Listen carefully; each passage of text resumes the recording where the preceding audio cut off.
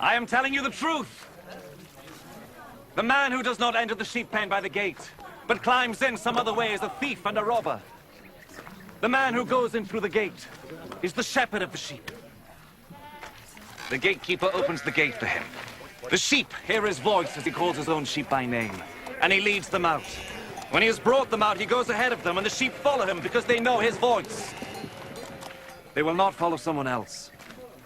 Instead, they will run away from such a person because they do not know his voice. Jesus told them this parable, but they did not understand what he meant. So Jesus said again, I am telling you the truth. I am the gate for the sheep. All others who came before me are thieves and robbers, but the sheep did not listen to them. I am the gate. Those who come in by me will be saved.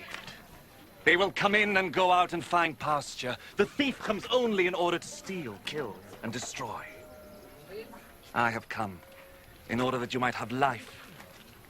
Life in all its fullness.